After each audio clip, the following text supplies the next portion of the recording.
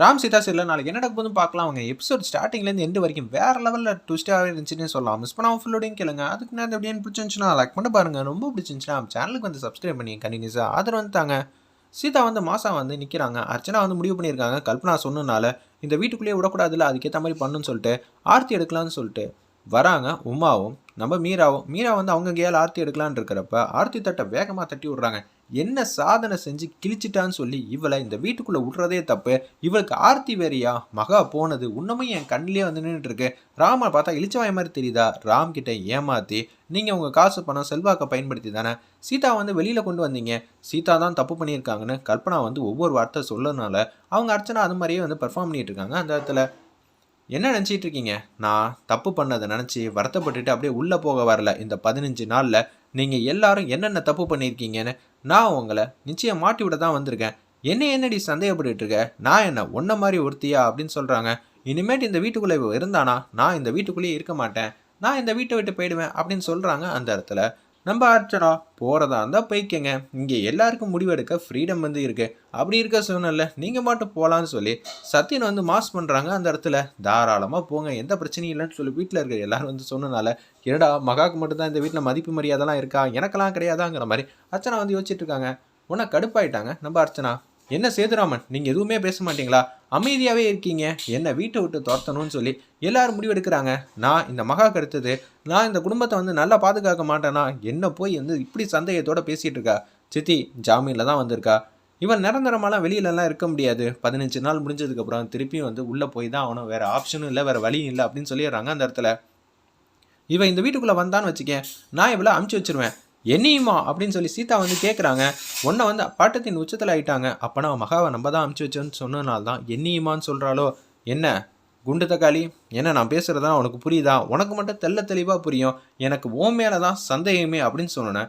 பேச்சுவார்த்தையை அப்படியே நிப்பாட்ட சொல்கிறாங்க. நம்ம சுபாஷ் தேவலாம் பேசி சண்டை சச்சனும் பண்ணிக்காத. இங்கே ஐபிஎஸ் அதிகாரி இருக்கான் ராம், அவன் தான் சீதா வந்து கைது பண்ணியிருக்கான். அப்படி இருக்க சூழ்நிலை அவனே வந்து எதுவும் சொல்லாமல் அமைதியாக நிற்கிறானா? காரணம் இல்லாமையாக இருக்கும். தேவையில்லாமல் வந்து குட்டையை குழப்பாத, அமைதியாரு, நீ பேசாமல் இருந்தாலே பாதி பிரச்சனை முடிஞ்சிச்சுங்கிற மாதிரி சுபாஷ் வந்து சொன்னனால நான் இங்கே உட்காந்து ரெஸ்ட் எடுத்துகிட்டு சாப்பிட்டு தூங்க வரல. உண்மையான குற்றவாளியை இன்னும் 15 நாளில் கண்டுபிடிச்சி அவங்கள உள்ளே தள்ளாமல் விட மாட்டேன் அப்படின்னு சொல்லி மாஸ் பண்ணுறாங்க. அந்த இடத்துல சீதா அடுத்த நாள் காலையில் பொழுது வந்து விடியுது. சாமிக்கு வந்து பூஜை பண்ணிவிட்டு அப்படியே தின்னூறு குங்குமம்லாம் வச்சுட்டு வெளில வராங்க. ராம் வந்து தடுத்து நிப்பாட்டுறாங்க. எனக்கு ஏகப்பட்ட சந்தேகம்லாம் இருக்குது, அதை எல்லாத்தையும் தீர்த்து வைக்க வேண்டியது உங்கள் கடமை. குற்றவாளிகிட்ட நின்று பேச வேண்டிய வேலையெல்லாம் எனக்கு கிடையாது. உன் சந்தேகத்தை வேற யார்ட்டையாவது கேட்டுக்க, எனக்கு சம்மந்தம் இல்லை. நான் வந்து பாஸாக நினச்சி பேசலை, அதிகாரியாக நினச்சி தான் பேசுகிறேன். நீங்கள் தானே என்னை கைது பண்ணீங்க. என்னை எப்படி இருந்தாலும் வெளியில் வந்து கொண்டு வரணும்னா நான் முயற்சி பண்ணி போராடணும். அதுக்கு நீங்கள் என்ன ஆதாரம் கண்டுபிடிச்சிங்க, என்ன ஏதும் பண்ணீங்க, இந்த கேஸ் சம்மந்தப்பட்ட விஷயத்தெல்லாம் 10 நிமிஷம் உங்கள்கிட்ட தனியாக வந்து பேசணும். அதுக்கப்புறம் தான் என்னோட அடுத்த கட்ட மூவே இருக்குங்கிற மாதிரி சீதா வந்து பேசுகிறாங்க. இதை கேட்டோன்னு ராம் வந்து கடுப்பாயிட்டாங்க. நியாயமே இல்லாமல் நீ நடந்துப்ப, உன்னோட செயலுக்கெல்லாம் நான் உன்னை வெளியில் கொண்டு வரதுக்காக க்ளூ இதெல்லாம் கொடுக்கணுமா? நான் ஒன்றும் உங்கள்கிட்ட க்ளூவெல்லாம் கேட்கல. நீங்கள் என்ன ஆதாரத்தை கண்டுபிடிச்சிங்க அதை தான் கேட்குறேன். ஏன் அதுக்கேற்ற மாதிரி மூவ் பண்ணி இந்த கேஸை ஒன்றும் இல்லாமல் ஆக்கிறதுக்கா? உனக்கு நான் சத்தியமாக வந்து உதவி செய்ய மாட்டேன் அப்படின்னு சொல்லும்போது அர்ச்சனா வந்து முன்னாடி வந்து நிற்கிறாங்க.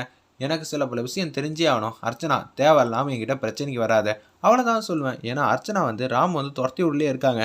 நான் அதிகாரிகிட்ட கேட்குறேன், அவர் என்ன கைது பண்ண ஆஃபீஸர். அப்படி இருக்கிற சூழ்நிலை அவர் என்கிட்ட சொல்ல வேண்டிய விஷயம் ஏகப்பட்டது இருக்குது. ராம் இவள்கிட்டலாம் எதுவும் பேசாதரா, இவ இதே மாதிரி தான் சொல்லிக்கிட்டே இருப்பா. பாத்தியா என்னையே எப்படியெல்லாம் உருட்டி மிரட்டிக்கிட்டு இருக்கா. இவளை இதுக்கு தான் இந்த வீட்டுக்குள்ளேயே விடாதீங்கன்னு சொன்னேன். இவ இதே மாதிரி தான் வந்து குட்டையை குழப்புவா. இங்கே வீட்டில் இருக்கிற வேறு யார் மேலேயாவது பழியை தூக்கி போடலான்னு இருக்கா. ஆமாம், பழியை தூக்கி போட வந்திருக்கேன். ஆனால் என் மேலே இருக்கிற பழியை தொடச்சிட்டு உண்மையான குற்றவாளியை வந்து மாட்டி உள்ளான் இருக்கேன். ஆனால் அர்ச்சனா கூடிய சீக்கிரம் உனக்கு எல்லாம் புரிய வருது போல இருக்கு. சீதா வந்து செமையாக வந்து கலாய்க்கிறாங்க நம்ம அர்ச்சனாவை. உன்னை தூக்கி உள்ளே வைக்காமல் விட மாட்டேன், எனக்கு உன் மேலே மட்டும்தான் சந்தேகம். நீ தானே இது மாதிரிலாம் பண்ண, அந்த 30 கோடி ரூபாய்க்கு அப்புறம் தானே எல்லாமே தலைகீழாக மாறி இருக்கு அப்படின்னு சொன்னேன். ராம் எதுவுமே சொல்ல முடியாமல் அப்படியே வந்து அங்கேருந்து கடந்து போயிட்டாங்க. சீதா வந்து செம மாஸ் பண்ணுறாங்கன்னே சொல்லலாம். வேற லெவலில் இருந்துச்சு அந்த சீனு. ஒன்று சோபாவில் உட்காந்துக்கிட்டு இருக்கப்ப சுபாஷ் கிட்ட வந்து 1க்கு 2 மாறி மாறி சொல்லி அர்ச்சனா வந்து சுபாஷை வந்து கூட்டிகிட்டு வராங்க. என் பொண்டாட்டி என்னடி சொன்னேன், அவள் தான் இந்த குற்றம் பண்ணியிருக்கான்னு சொன்னியா? முதல்ல உன் புருஷன் தான் வந்து உன்னை கைது பண்ணா. முதல்ல எந்த பிரச்சனையாக இருந்தாலும் உன் புருஷன்கிட்ட தான் ஆதாரம் என்ன கிடச்சிருக்கு, என்ன கைது பண்ணுறதுக்குன்னு சொல்லி கேட்கணும். அர்ச்சனா தான் தப்பு பண்ண மாதிரி அவகிட்ட நீ ஏதோ பேசியிருக்க போல இருக்கு. அப்போனா அர்ச்சனா தப்பு பண்ணலனா நீங்கள் தப்பு பண்ணீங்களா? எப்படி உங்களால் அர்ச்சனா தப்பு பண்ணலன்னு உறுதியாக சொல்ல முடியும் அப்படின்னு சொல்லி சீதா வந்து அவங்க சொன்ன பாயிண்ட்டே வந்து கொக்கி போடுறாங்க. எனக்கு ஏகப்பட்ட சந்தேகங்கள்லாம் இருக்குது. பாயிண்ட் நம்பர் 1, கல்பனா இந்த வீட்டை விட்டு போனதுக்கு அப்புறமேட்டுக்கு கல்பனாவுக்கும் அர்ச்சனாவுக்கும் ஏகப்பட்ட விஷயம் டீலிங்லாம் போயிட்டு இருக்கு போல இருக்கு. ஆமாம்மா, நீங்கள் வரதுக்கு முன்னாடி வந்து கல்பனா அம்மா இங்கே வந்திருந்து அர்ச்சனா கிட்ட வந்து பேசினாங்க. சீதா வந்து வீட்டுக்குள்ளேயே விடக்கூடாது, வீட்டுக்குள்ளே விட்டா பெரிய பிரச்சனை ஆகிடும், அதுக்கப்புறம் நீ மாட்டிக்க வேண்டிய சூழ்நிலை ஆகிடும். ஓ அப்படியா, இவ்வளோ விஷயம் நடந்திருக்கா? ஒன்று அர்ச்சனா வந்து மிரட்டுறாங்க நம்ம செல்வியை. அவ்வளோதான் சொல்லுவேன், தேவையில்லாமல் பேசுகிறவளை வச்சுக்கிட்டேன்னு வச்சுக்கேன், என்ன நடக்குன்னு எனக்கே தெரியாது. பாயிண்ட் நம்பர் 2, எனக்கு 30 கோடி ரூபா விஷயத்தை வந்து எப்படி வந்து ஹேண்டில் பண்ணீங்க அப்படின்னு சொல்லி யோசிச்சுட்டு இருக்காங்க.